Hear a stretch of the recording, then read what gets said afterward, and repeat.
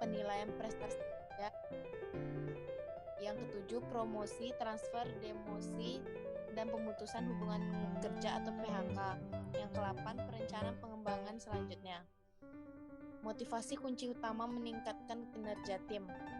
Menanamkan motivasi dalam diri seseorang atau sebuah tim itu sangat penting dalam menciptakan tingkat produktivitas yang tinggi bagi perusahaan. Motivasi harus ada dalam diri untuk mencapai kesuksesan yang diinginkan. Jika motivasi yang tinggi, maka akan berpengaruh bagi kesuksesan perusahaan dan menimbulkan lagi energi baru ke orang lain. Ada beberapa manfaat pentingnya motivasi bagi seseorang dari sebuah tim. Yang pertama, menularkan energi bagi yang lainnya. Yang kedua, membantu membawa tim perusahaan yang sukses. Yang ketiga, mempunyai tingkat produktivitas yang tinggi. Yang keempat, pemimpin perusahaan di masa depan.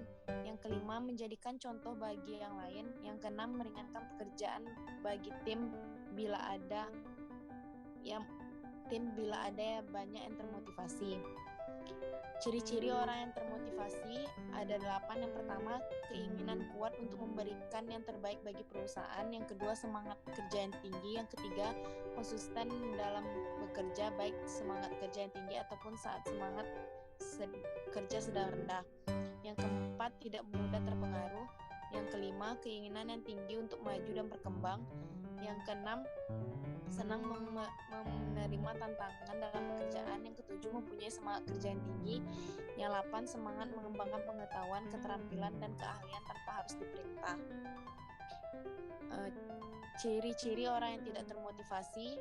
Yang pertama, jenuh dengan tugas dan pekerjaan yang terlihat monoton. Yang kedua, tidak fokus dan sering santai dengan pekerjaannya. Yang ketiga, tidak tertarik pada pekerjaan yang dilakukan. Yang keempat, mengalami pusing dan stres di pagi hari. Yang kelima, sering tidak masuk kerja. Yang keenam, sering melihat jam saat bekerja. Yang ketujuh, senang ketika tiba waktu istirahat. Yang ke-8, sering murung, melamun, pendiam, dan muram. Yang terakhir, suka marah di tempat kerja dan mudah emosi. Wirausahawan perlu mengambil tindakan yang bisa dilakukan untuk motivasi, tetapi ada beberapa hal yang harus diketahui terlebih dahulu mengenai manajemen gagal atau konsep motivasi tersebut. Yang pertama, manajemen gagal menerapkan teori Maslow dalam organisasi dan individu dalam mengidentifikasi kebutuhan pegawai untuk perencanaan motivasi. Yang kedua, tidak melakukan performance appraisal untuk melihat prestasi kerjanya. Yang ketiga, tidak memakan beban kerja untuk menciptakan tantangan baru. Yang keempat, tidak mengetahui 3 kriteria penting dalam proses motivasi. Yang 3 kriteria itu, pertama, tersedianya sasaran kerja yang tidak dikomunikasikan, contohnya organisasi berjalan tanpa ada visi yang jelas. Yang kedua, nilai sasaran kerja tidak ada dan hanya sekedar bekerja saja. Yang ketiga, kemungkinan persepsi usaha atau imbalan.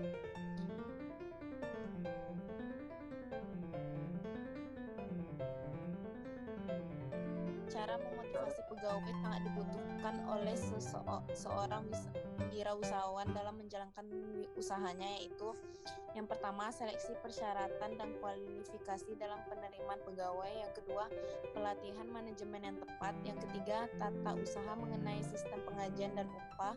Yang keempat, cara berkomunikasi dan teknik komunikasi. Yang kelima, memperhatikan kondisi kerja. Yang keenam, menghargai dan memperhatikan karyawan. Kak Ilona mau lanjutkan? Biar saya mengelola dan mengatasi konflik. Munculnya konflik: 1. Perbedaan persepsi. 2. Ketidakharmonisan pemikiran. 3. Egoisme. 4. Persaingan. 5. Perselisihan. 6. Perilaku seseorang. 7. Kekurangan komunikasi. 8. Diskriminasi. 9. Kebencian. Sumber muncul sebuah konflik: 1. Polaritas konflik dan harmonisasi sebagai dampaknya. 2. Tahapan tentang pemicu terjadinya konflik tim. Tipe konflik: 1. Konflik emosi atau perasaan. 2. Konflik ide dan pemikiran. 3. Konflik tujuan. Adapun tipe-tipe konflik berdasarkan tingkat tingkatan: konflik individu atau pribadi, konflik antar perorangan atau individu, konflik dalam kelompok, konflik antar kelompok, konflik interorganisasi. Mengelola konflik. 1. Pengalaman semenjak anak-anak saat orang tua memecahkan konflik pada diri dan saudaranya. 2. Pengalaman saat belajar di masa sekolah seketika guru memecahkan konflik antar teman. 3. Pengetahuan tentang teknik pemecahan masalah. 4. Tingkat kecerdasan emosi yang belum terbentuk dengan baik. 5. Kedewasaan seseorang yang akan mempengaruhi cara memecahkan konflik. 6. Media yang sering dilihat juga akan menginspirasi seorang untuk memecahkan masalah. 7. Saran dari orang terdekat.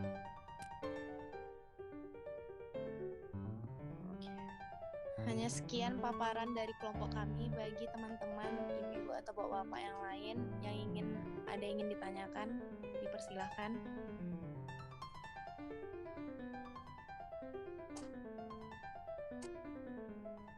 Silakan digunakan waktunya untuk diskusi. Helmi izin Pak, teman-teman ada yang belum bisa masuk Pak. Oh ya, ini lagi Azara lagi Pak. Fitria Dewi, Devi, Bayu. Oh, Bayu terlempar ya? Ya Pak.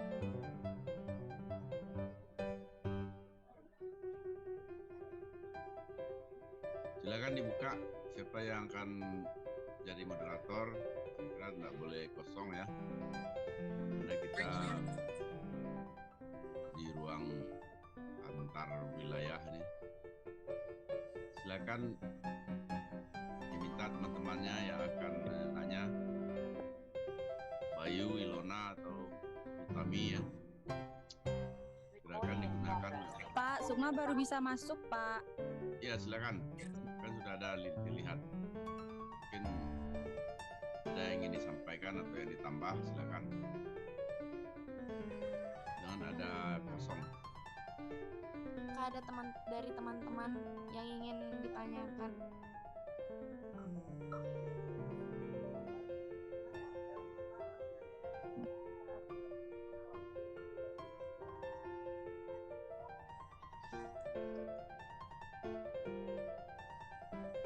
Silakan.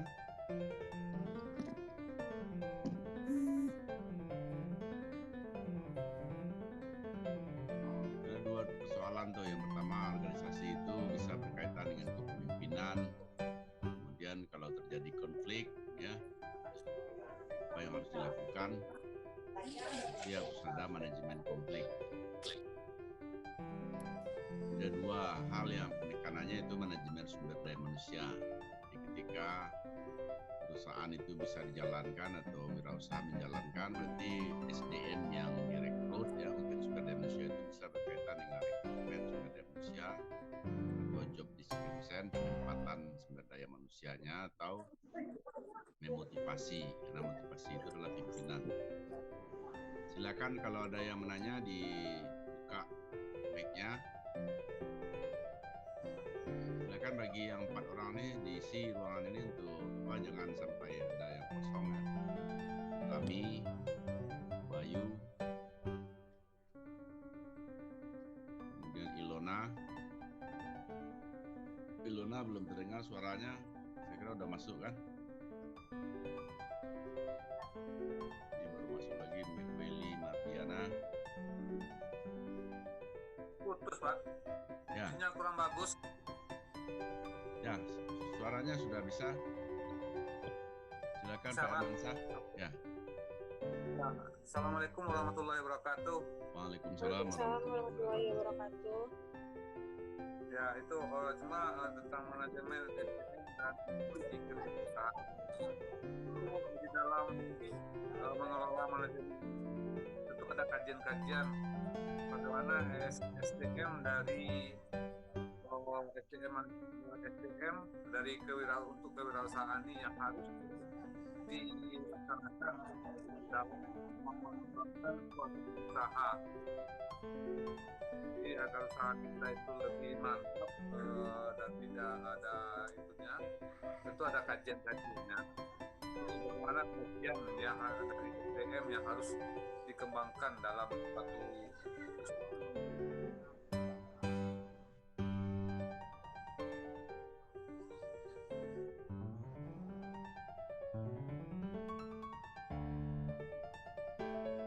Silakan siapa yang akan menanggapi?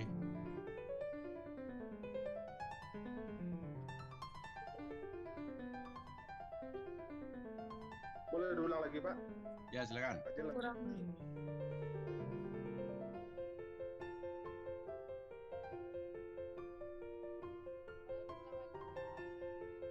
Kurang Ya. jelas. Diulang lagi mungkin Ya. pertanyaannya bukan. mungkin karena sinyal ini kajian SDM untuk kewirausahaan ini tentu kita ada kajian-kajian itu tentang untuk mendirikan usaha. Jadi kajian SDM ini yang mana yang bagus untuk motivasinya kewirausahaan guna mendirikan suatu usaha yang lebih bagus.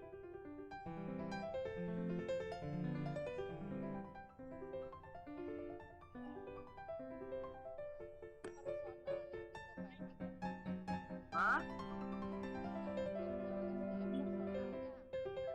Ya. Kak Lona suaranya jauh, Kakak. Mungkin dibesarkan mic.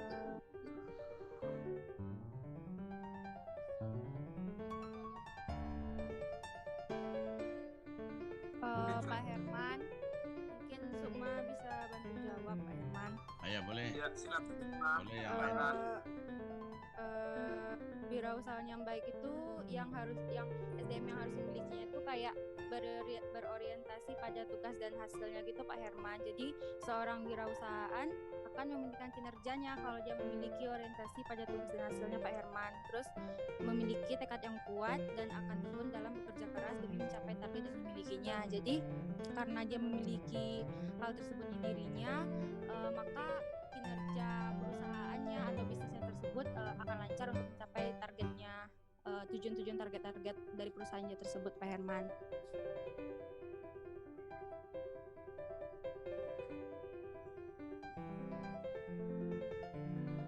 Karena dari kita tuh berbisnis pasti kita tuh ingin mencapai target yang awal kita capai itu pasti kita tuh pengen ke tujuan kita, ke target kita gitu Pak Herman.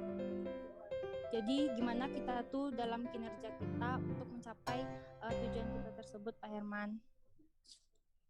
Ya, dengan skill keahlian masing-masing itu apa sudah termasuk di situ?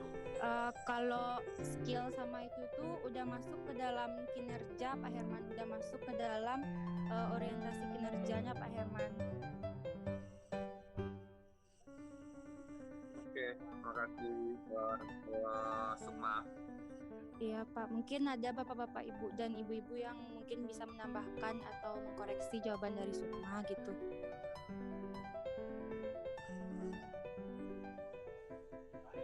Silakan boleh ditambah yang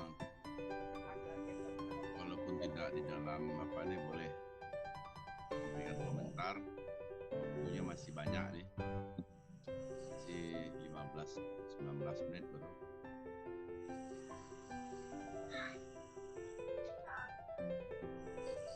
Dalam manajemen sumber daya manusia ini banyak sekali ya. Ini saya kira mata kuliah 1 semester nih namanya Human Resources Management. Jadi saya kira banyak sekali, ada training ya, ada rekrutmen. Tambahannya gini Pak, Ya, tambahannya mungkin ditempatkan satu SDM atau personalnya sesuai dengan skill yang mereka miliki terhadap satu perusahaan yang akan didirikan seperti itu Pak. Terus mengadakan pelatihan-pelatihan yang terkait dengan kerja mereka masing-masing.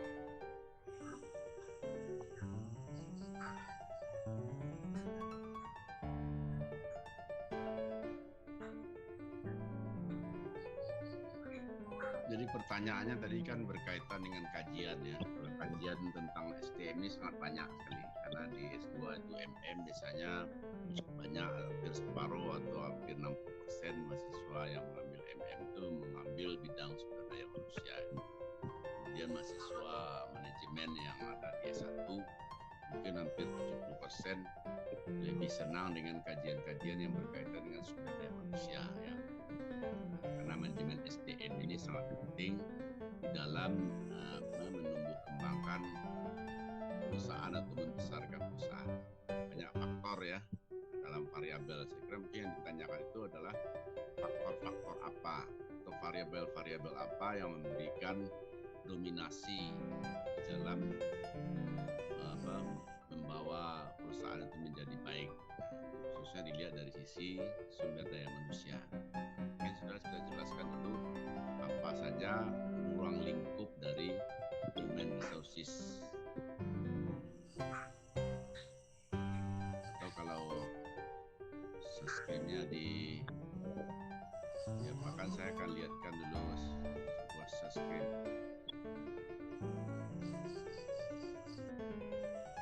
Coba di keluar dulu dari apanya, saya coba lihatkan. Nampaknya waktu kita tinggal 10 menit lagi. Ada yang bisa menjawab ya? Kalau tidak, saya akan lihatkan. Coba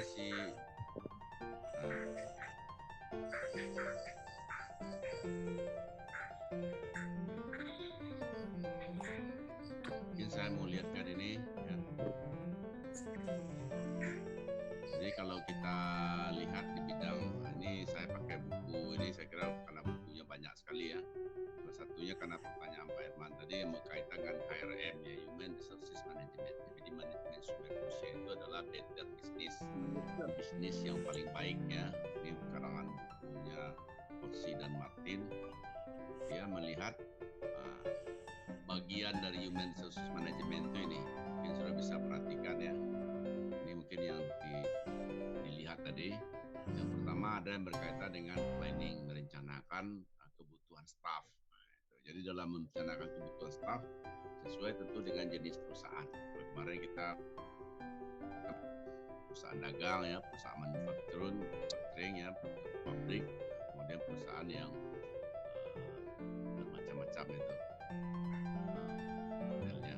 Sehingga ini ada dibutuhkan rekrutmen, kemudian dibutuhkan training. Saya kira mungkin ada tambahan di situ, ada motivasi. Kenapa? Karena orang umumnya punya pengetahuan umum, misalnya tamat SMA atau tamat STM. Kalau tamat STM atau SMK itu dia keahliannya diambil. Kalau misalnya tamat SMA berarti dia ditempatkan di bagian administrasi, itu perlu diberikan training dan motivasi. Kemudian berkaitan dengan penggajian atau kompensasi yang diberikan, salary. Kemudian berkaitan dengan bagaimana memposisikan terminasi. Ini mungkin bagiannya ya. Mungkin yang pertama itu manpower planning, perencanaannya.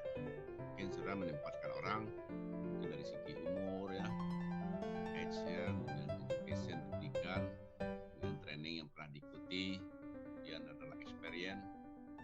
Kayaknya Bayu ini sering terpental ya. Kemudian adalah skill yang spesialis. Nah, ini saya kira ini tentu beda nanti. Kemudian posisi yang tetap atau karen, atau posisi yang pernah dijabat sebelumnya. Kemudian bagaimana dia merencanakan forecasting, prediksi penjualannya, kemudian tentang bagaimana penempatan pekerja itu sesuai dengan keahliannya, kemudian perubahan teknologi, kemudian secara temporary mungkin dia ditempatkan digunakan di mana, kemudian putaran. Nah, biasanya di bagian administrasi ini ada turnover ya, orang tidak ditempatkan di situ saja, kemudian ada supaya terjadi penyegaran, jadi di ruling retirement plan. Jadi saya kira mungkin ini beberapa, kita tinggal 5 menit lagi. Jadi ini metode bagaimana cara merekrutmen di staff ya, dan house. Kemudian keunggulan dari rekrutmen internal, ada kelebihannya, ada kekurangannya. Kelebihannya sekarang adalah ada moral ya, kemudian resikonya adalah kandidatnya rencanakan mungkin terbatas, kemudian risikonya lebih rendah kalau dia diambil dari internal, kemudian juga bisa cepat dan rendah biayanya. Jadi adalah bisa menciptakan bagi guru atau mungkin perspektif untuk bagaimana dia fresh. Kalau dari eksternal ini dari menggunakan orang eksternal, trade show, ada employment agency, ini sebenarnya bidang-bidang umum saja yang dibicarakan. Mungkin ada terakhir dari kelompok ini, mungkin ada yang ingin disampaikan ya, karena masih ada waktu lagi 5 menit lagi, mungkin sebagai closing statement atau mau ditanya ke yang lain. Saya hanya membantu saja ya. Jadi saya akan keluar lagi dari share ini. Silakan.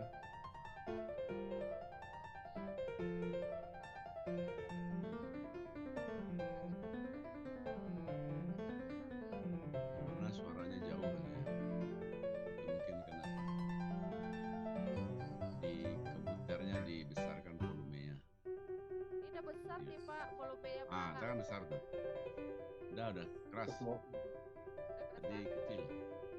Ya, kami buka satu pertanyaan lagi untuk sesi mungkin ada yang ingin terakhir. komen ya. Hanya satu dari Pak Herman. Ada Boni, ada Muli, Siska ya. Silakan, Pak. Saya mau tanya. Silakan Pak Sony. Nah, silakan Sony. Ya, tadi di slide ke-7 mengenai manajemen yang gagal dalam memberikan motivasi. Di situ disebutkan pada poin satunya manajemen gagal menerapkan teori Maslow dalam organisasi. Dalam hal ini teori Maslow yang mana ya, Bu, ya? Bisa tolong lebih dijelaskan lagi. Terima kasih. Halaman 7, slide nomor 7, Pak. Tuh, Bu. Halaman 7.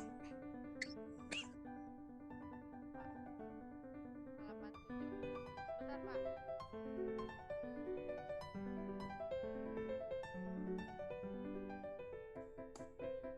Di situ di poin 1 disebutkan kalau manajemen gagal menerapkan teori Maslow dalam organisasi. Teori Maslow-nya yang mana ya, Bu, ya? Harus dijelaskan di sini.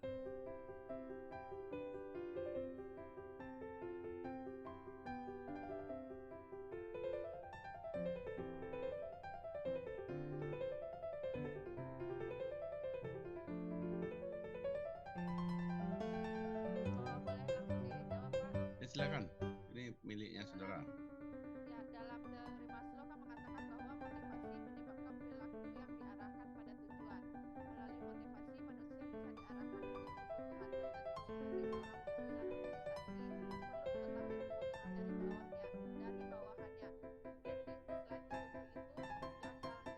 ke-7 itu gambarnya menerapkan teori Maslow atas penempatan satu karyawan dalam kemampuannya atau skillnya tidak sesuai dengan job desk-nya, seperti itu mungkin Pak Sony.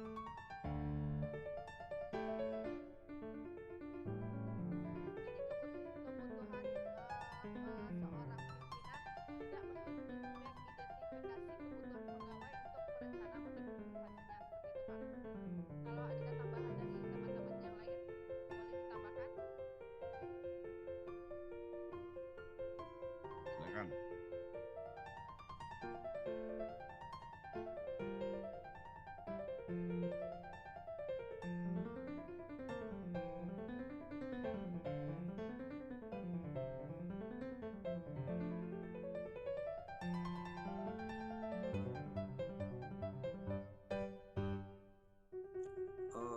Maaf Bu Ilona, berarti teori Maslow yang dimaksud di sini adalah teori tentang kebutuhan itu, Bu? Teori Maslow tentang kebutuhan. Ya, ya bisa jadi Pak, kebutuhan individu kan. Dia kan Ya. ada 5, ada kebutuhan fisiologis, kebutuhan akan rasa aman, kebutuhan sosial, kebutuhan STEM, kebutuhan akan aktualisasi diri. Mungkin yang tidak dalam sebuah manajemen itu tidak tercapai yang 5 itu Pak. Makanya bisa dibuat bisa dikatakan manajemen tersebut gagal karena tidak tercapainya yang Karena 5 tidak dapat. Oh ya. Oke. Berarti yang teori kebutuhan itu berarti maksudnya Bu ya. Dan Ya. itu dimaksud di sini. Oke. Yang Ya. Ya, kebutuhan ya, individu. saya ngerti. Ya. Oke, makasih Bu.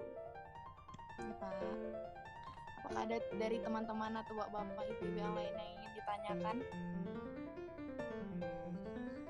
Untuk aktualisasi itu yang piramid itu. Iya, yang 5 itu Pak. Yang piramid aktualisasi diri, penghargaan, kasih sayang, bukan di situ.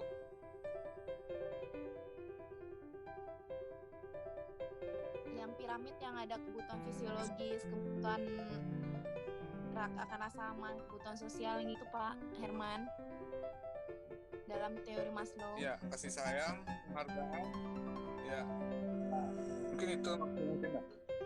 Iya, tidak tercapainya yang 5 itu Pak, makanya bisa dikatakan manajemen tersebut gagal. Kalau yang piramid itu tidak tercapai,